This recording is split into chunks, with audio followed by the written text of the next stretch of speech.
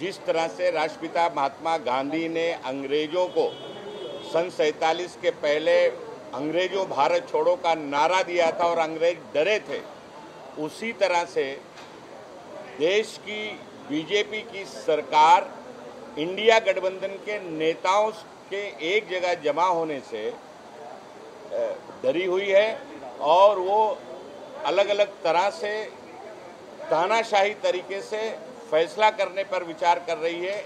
कभी one nation one election की बात करती है, अचानक में लोकसभा का अधिवेशन बुलाने पर फैसला करती है।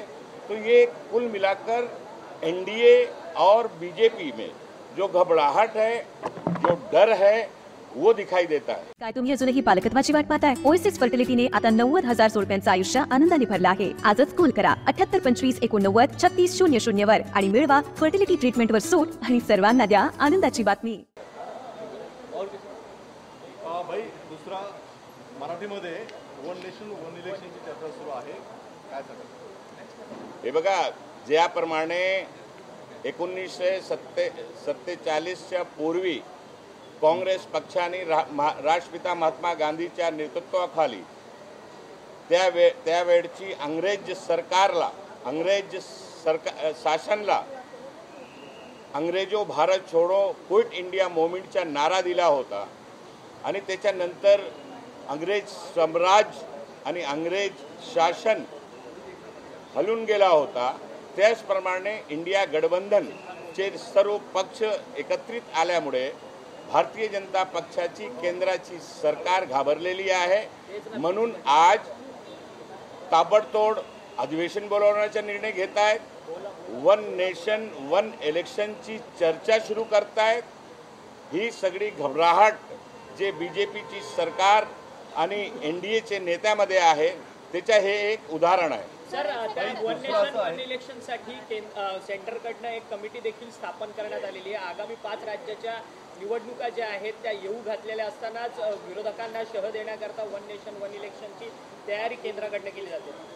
हे बघा, ही घबराहट आहे। जसं मी म्हणलो की इंडिया गठबंधनचे सर्व दल सर्व पक्ष या देशाला वाचवण्यासाठी एकत्रित आल्यामुळे ह्या भारतीय जनता पक्षामध्ये आणि सरकारमध्ये घबराहटचे वातावरण आहे। म्हणून अशा प्रकारचे अनैतिक निर्णय, चुकीचे निर्णय, अलोकतांत्रिक निर्णय घेण्याचा प्रयत्न करत आहे। आता जी बैठक होते त्यामध्ये संयोजक पदावर काही अडचणी समोर आल्यात का? कारण संयोजक पदासाठी आता अनेक 4 ते 5 नावं निवडली जाणार, त्यामध्ये कुणाची वर्णी लागावी यासाठी कुठे काही? हे बघा, इंडिया गठबंधनमध्ये कुठल्याही नेत्यामध्ये, कुठल्याही पक्षामध्ये, कुठल्याही पदासाठी कुठल्याही प्रकारचा मतभेद नाही। विषय सर्वांच्या समोर एकच आहे की हा देश कसा वाचेल, देशाचा संविधान कसा वाचेल, देशाचा लोकशाही कशी वाचेल, हा एकच मुद्दा आहे। त्याच्यावर सगळे एकत्रित आलेले आहेत। वन नेशन वन इलेक्शन के बाद वन नेशन वन पोल की बात की जा रही है, लेकिन उसकी कमेटी गठित की गई है रामनाथ कोविंद के अंदर। इसे कैसे देखते हैं कि भारत के पूर्व राष्ट्रपति जो है इसको चेयर करेंगे? देखिए, मोदी जी की सरकार में कुछ भी असंभव नहीं हो है। सब चीज जो चाहिए वो कैसे कर सकते हैं। कोई लोकतंत्र की कोई जगह ही नहीं बची है। आज इंडिया गठबंधन बनने के बाद आप देख रहे हैं किस तरह से निर्णय हो रहे हैं, किस तरह से एक एक नई नई बात हो रही है। वन नेशन वन इलेक्शन की बात होने लगी है। राष्ट्रपति जी के रिटायर होने के बाद कभी ऐसा इस देश में कभी भी नहीं हुआ है कि उनको राजनीतिक तौर पर, उनको राजनीतिक परिप्रेक्ष्य में कहीं लाया गया हो या इस तरह की समिति का अध्यक्ष बनाया गया हो। नसीम भाई, क्या लगता है यूसीसी को भी लेके सरकार कोई बिल ला सकती है? यूसीसी को लेकर देखिए, मुझे नहीं पता है, तो सरकार से ही पूछिए सरकार क्या करना चाहती है। लेकिन सरकार में डर है, घबराहट का वातावरण है, माहौल है। इसीलिए जल्दबाजी में अलग अलग तरह के निर्णय करने की घोषणा भारतीय जनता पार्टी की केंद्र की सरकार कर रही है। राजा यांनी असं म्हटलंय की आता बैठका बस झाल्या पाहिजे, आता थेट ॲक्शन प्लॅनवरती काम केलं पाहिजे, लोकांमध्ये गेलं पाहिजे, रस्त्यावर उतरलं पाहिजे। मध्यवर्ती याला जोडून मध्यवर्ती निवडणुका कधीही लागू शकतात। ज्या पद्धतीने केंद्रातलं सरकार हालचाली करत आहे, तुमच्यात कुठेतरी फूट पाडण्याचा हा प्रयत्न असू शकतो, कसं पाहता? इंडिया गठबंधनमध्ये काँग्रेस सहित राष्ट्रवादी, शिवसेना आणि वेगवेगळे जेवढे पक्ष इंडिया गठबंधनमध्ये सामील झालेले आहेत सगळे कधीही निवडणुका लागेल निवडणुकासाठी तयार आहेत. देशाची जनता इंडिया गठबंधन सोबत उभी झालेली आहे आणि कुठल्याही प्रकारच्या इंडिया गठबंधनमध्ये अशा प्रकारचा माहोल किंवा वातावरण नाही. जागा वाटपाबाबत करण्यामध्ये कुठे अडचण निर्माण झाली का? काँग्रेसकडनं खरगेंचं नाव तर नितीश कुमार यांनी सुद्धा हे केलेलं होतं, त्यामुळं आश्चर्य होईल की नाही हा पण शक्यता होतो. हे बघा, कुठलाही प्रकार जसं मी पूर्वी सांगितलं की इंडिया गठबंधनमध्ये जेवढे पक्ष आहेत काँग्रेस सहित जेवढे पक्ष आहेत कुठलाही विषयावर कुठलाही पदासाठी कुठल्याही प्रकारचा मतभेद नाही. सगळे एकजूट आहेत. आपण बघितलं की पहिली बैठक बिहारच्या पटनामध्ये झाली, दुसरी बैठक बेंगलुरूमध्ये कर्नाटकाची झाली, तिसरी मुंबईमध्ये होत आहे. प्रत्येक बैठकामध्ये इंडिया गठबंधनमध्ये वेगवेगळ्या पक्ष वेगवेगळे नेते सामील होत आहे. इंडियाची ताकद वाढत आहे. खरं तर डी राजा असतील, फारुख अब्दुल्लांनी पण स्टेटमेंट केले की जी वर्किंग कमिटी आहे या संपूर्ण इंडिया आघाडीची ती वर्किंग कमिटी स्थापन झाली पाहिजे.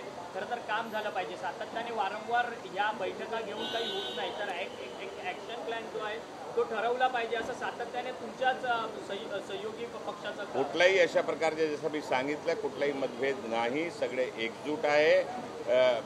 सगळे ॲक्शन प्लॅन आहे. कसा करायचं आहे काय करायचं आहे. इंडियाचे जे गठबंधनमध्ये नेते आहेत ते बैठकामध्ये सगळे ठरवत असतात आणि त्याप्रमाणे काम होत असतं. एक शेवटचा प्रश्न घेतो.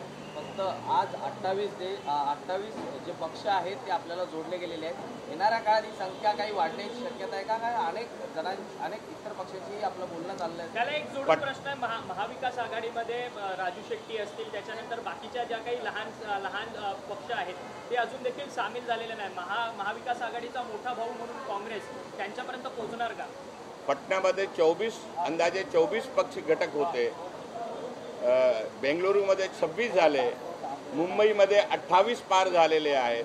आपण पाहाल की येणाऱ्या कालामध्ये ही संख्या वाढत राहील आणि सर्व नेत्यांना ज्यांना ह्या देशाच्या लोकतंत्र देशाचा संविधान देशाची लोकशाही वाचवायची असेल असे प्रकारचे सर्व पक्ष एकत्रित आणि इंडिया गठबंधनमध्ये सामील होत आहे.